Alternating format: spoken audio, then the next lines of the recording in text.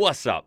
We're looking at top 10 reasons not to move to Australia. And I'd really like to see what these are, okay? See if these are legit or if this is kind of clickbait or what, or to see if these are maybe exaggerated or something.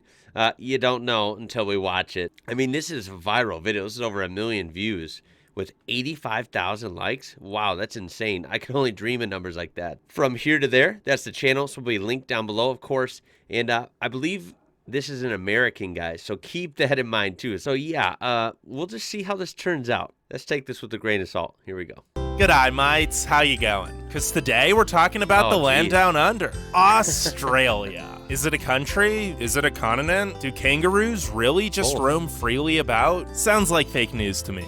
But it's not. The world's 6th largest country is a giant 3 million square mile island continent stuck between the Indian and Pacific Oceans. And this strange geographic location is what makes Australia such an ecological and biological anomaly with so much diverse nature and wildlife unique only to the country. From Tasmania to the stunning beaches to the outback rainforests and Great Barrier Reef, there is so much natural beauty to be found here. But not only is the nature stunning, Australia is also home to a few highly advanced cosmopolitan cities, with the 2 biggest cities, Sydney and Melbourne, routinely ranking among the top 5 best cities to live in the world. Speaking of which, let's hit 5,000 likes and I'll do a video on the top 10 best cities to live in the world. Anyways, it isn't hard to see why the Aboriginal and Torres Strait Islander peoples have lived here for over 60,000 years. Of course, the British also did their imperialist thing and claimed the continent in 1788 as a penal colony for their convicts, but Australia eventually gained independence in 1901. And since then, the land down under has become a country with one of the highest qualities of life, a great healthcare and education system, incredibly low crime, vibrant and welcoming residents, and an excellent economy with hardly any poverty. Nonetheless, only 25.5 million people actually live here, and less than 100,000 of those are US expats. Wait!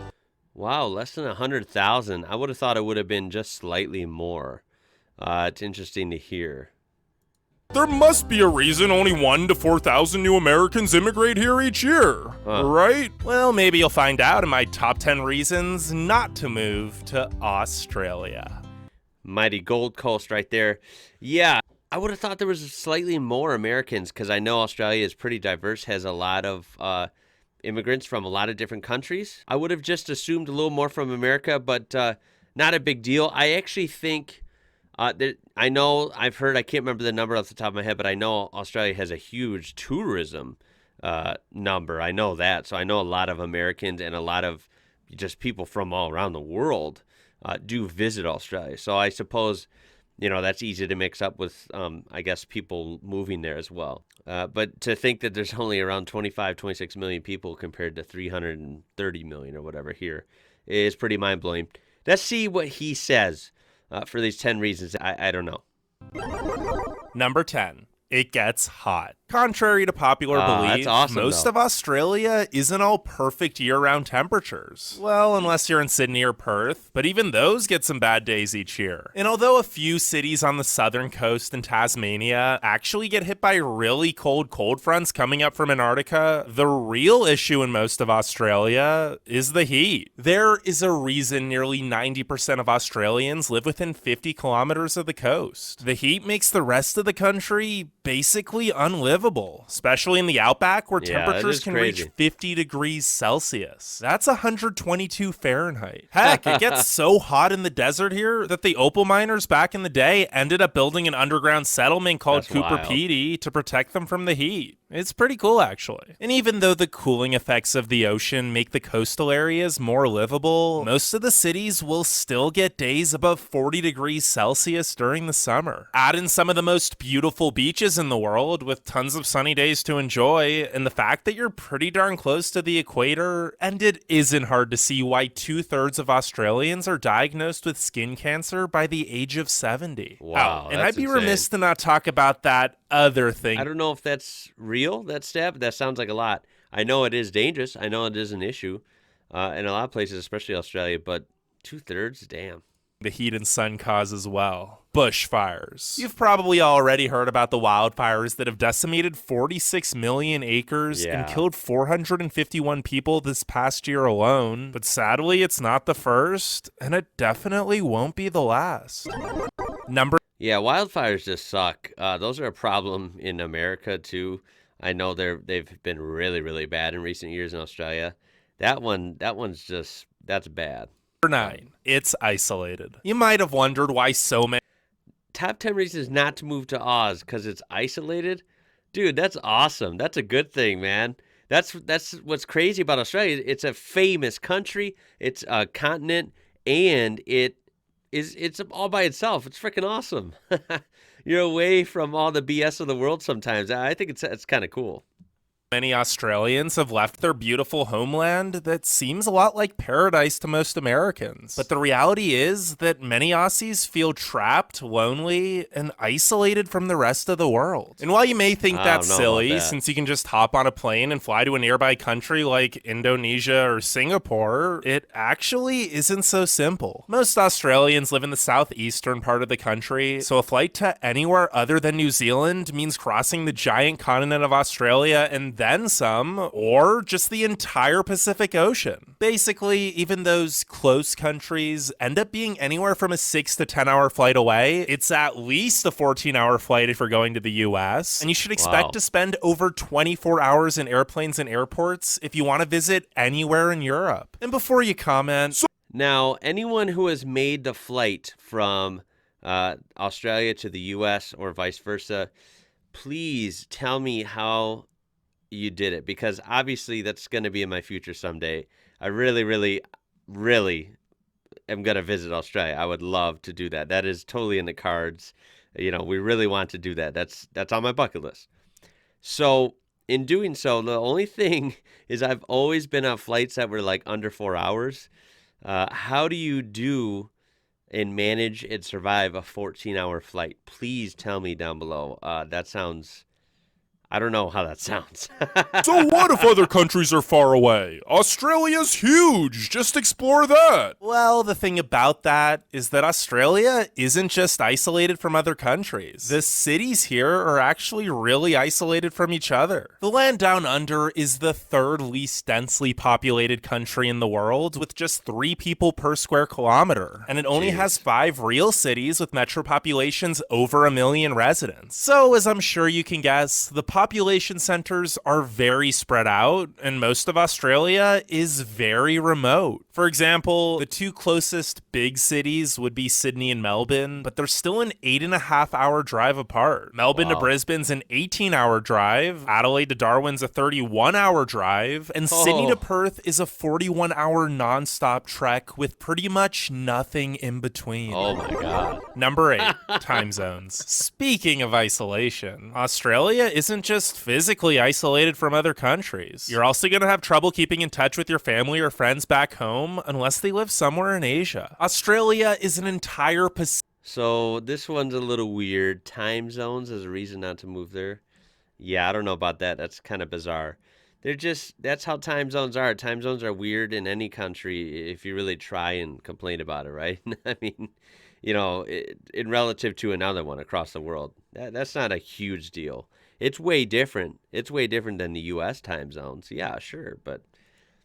Pacific Ocean away from the US and 2 continents length away from Europe, so the time zones are practically exact opposites. Now, Australia has 3 main time zones, but for the sake of just showing how different the times are, when it's 7 a.m. in Sydney, it's 10 p.m. in London, and when it's 6 a.m. in Perth, it'd be 6 p.m. in New York. I get that this is just more of an inconvenience than a huge deal, but it can get pretty tedious trying to schedule a call with your international family and friends.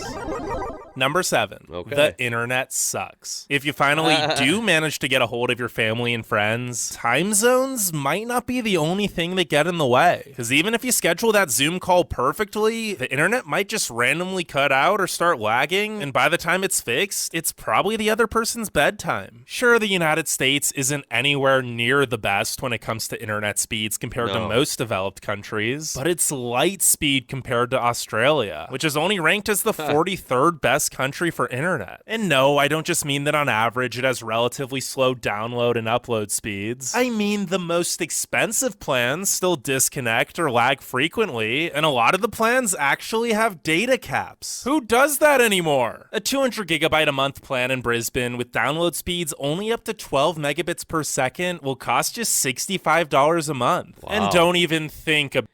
Now, again, make sure these sources are right. You guys got to tell me down below what and if he gets anything wrong here. I imagine some things are going to be pretty wrong.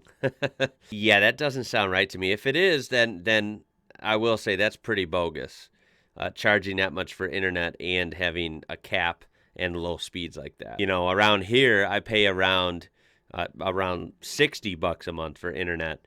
And it speeds of, up to, depending on what modem you have, you can get up to 400 megabytes per second, and it's, unlimited data. So About going over, or you'll have to pay an outrageous fee, and your internet speeds will slow down to 256 kilobytes per second. What developed nation has any internet speeds under 1 megabit per second? That's just ridiculous. Number 6, everything wants to kill you. If the frustratingly slow internet speeds are enough to make you want to go on a digital cleanse and take a camping trip out in the wilderness, you just gotta be careful. Don't, because literally everything here is trying to kill you. Yeah, Australia's home to box jellyfish, stonefish, tons of poisonous snakes and spiders, blue-ringed octopuses, stingrays, sharks, and the largest saltwater crocodiles in the world. Wait, did you think I was done? No, I'm just getting started. Because kangaroos, dingoes, cassowaries, emus, cone shells, and drop bears can all pose serious threats. Okay, well, maybe not the drop bears since they don't actually exist, but the rest of those animals have all taken human lives. Australia just isn't a place where you can spontaneously go for a hike or swim without being very cautious of your surroundings at all times. Heck, there's a story of a Dude, you got to be cautious wherever you are. That's any country. You got to be cautious in the U.S. There is a bunch of stuff in the U.S. on hikes that will kill you. Come on, you know what I mean? Canada, there's a bunch of stuff that will kill you. Mexico, I don't know. I mean, that's just kind of a given. Again, I always lean towards the whole Aussie wildlife, everything will kill you. I think that I always lean towards that being a little bit overplayed. Yeah, there's dangerous stuff, but a lot of times it won't be an issue unless you're looking for trouble. I don't know. Tell me your opinion. Spontaneously go for a hike or swim without being very cautious of your surroundings at all times. Heck, there's a story of a man being snatched out of his boat in a river by a giant crocodile while he was just going fishing with his family. Although, don't get too worried, because you're actually more likely to die by falling off a horse than from one of the deadly critters here. Just be careful and respect the animals whose homes you're visiting. Look at that guy. Except for kangaroos. Well, you might think they're so cute and cuddly. They can be vicious, and many Australians actually see them as pests. The only reason the country hasn't declared war on them yet is because the kangaroos outnumber Australians 2-1, and the Aussies don't want a repeat of what happened in the Great Emu War of 1932. Spoiler alert, the emus won. Number 5. Bad drivers. Well, many Aussies try to blame the kangaroo and their lack of road sense as the reason for so many car accidents. Only 7,992 kangaroo collisions actually occurred in 2019, which was less than 5% of the total automobile accidents in Australia. So maybe the drivers should start taking a little more responsibility. Now, of course, every town, city, state, and country is going to have its fair share of bad drivers, but the drivers in Australia are really some of the worst in the world. Really? And I'm not just saying this as some American trying to diss Australia, because I love Australia, and even people from Australia will admit that the drivers here are terrible. In fact, Aussies actually upload more videos of illegal and bad road behavior than any other country. Wow, that's shocking. I don't know if I believe that they're that bad, but I don't know. You guys can tell me down below. I don't think I've heard that they're atrocious by a lot of people. 4. It's expensive. Aside from the aforementioned, that's one thing that does scare me about Australia. I'll just admit that is I have heard it's very expensive. Now I think that just depends as well, because I know he's showing Sydney right here. You can see the Opera House, the bridge. I know Sydney can be extremely expensive, probably the most expensive. I know Melbourne can be expensive. Maybe Perth, Brisbane to an extent because they're bigger cities, but that's just the big city effect. Some country town in the middle of nowhere is going to be cheaper than Perth, but Perth is cheaper than Sydney and so forth, right? You can always find somewhere cheaper. But if Australia is that expensive, when you think about it, though, you have taxes, of course, but then again, you have free health care, you have free university, right? Then again, I know trucks and cars can be more expensive. Housing can be more expensive. It all depends. We all know from my perspective, the United States of America is definitely not cheap. It's very expensive here. Maybe like 30 or 40 years ago was pretty awesome here and pretty affordable, but now it is not. It is not. It is very expensive. In my lifetime, it has just gone crazy, even since the 90s. But whereas we have to pay for some things that Aussies don't, then again, some Aussie things I've seen, when it comes to nitpicky things, pay like 10 times the amount of money that we pay in the U.S. So it's tough. It's tough to measure. Incredibly expensive internet. Pretty much everything else here is expensive too. Because while Australia is big, it's still an isolated island, so a lot of things have to be shipped over long distances to get here. Of course, the cost of living varies based on location, with it generally being cheaper the farther you get from the coast and major cities, but Australia as a whole is pretty pricey. Granted, I'll give you the one perspective that I know the U.S. is cheaper in one thing, and this is very vague. We're talking about one thing. That's it. I'm a car guy, so that's related to cars. Fuel, right? Gasoline, diesel, the whole lot, way cheaper. I'm talking way cheaper here in the U.S. That's a good thing. The price of the car, most likely, in most cases, is going to be cheaper here. You can buy, and by the way, they're not cheap. Cars and trucks have gone way up in my lifetime. Very disappointed about it. But even nowadays, when I think prices suck because they've gone up, you can still buy, say you want a brand new Ram 1500 or a brand new Chevy Silverado. They're going to cost you around 50, 60 grand, US dollars, by the way. And then I've heard that those are over $100,000 Australian dollars. So I know that they're more expensive over there. Even when you do the conversion, it seems like a little bit more. And then even nitpicky things with cars, like the license plates. I saw that video about an Aussie living in America that imported a Holden Ute, and he was talking about the license plates and how some plates in certain states or number plates in Australia can be, what was it, like $600, $700 for registration and plates. And in America, it depends on the state, of course. It's anywhere from like $10 to $150, depending on the state. So that's much cheaper as well. It is balanced out by the decent job pay, since Australia actually has the highest after-tax minimum wage of any country and a top 10 average income at around $64,000 US per person per year. But then again, this also just creates an expensive cycle, since the high minimum wage means high production costs, which means it's cheaper. Yes, restaurants and stuff like that tend to be cheaper here. Your grocery list. Cycle, since the high minimum wage means high production costs, which means it's cheaper to import goods, but imported goods are expensive, and well, that's just economics. And even though most of the wages are livable, they're not necessarily enough to buy a home, especially in Sydney or Melbourne, where the median home values are 1.15 million and 855,000 Australian dollars respectively. That's nearly 820,000 US dollars for your average home in Sydney.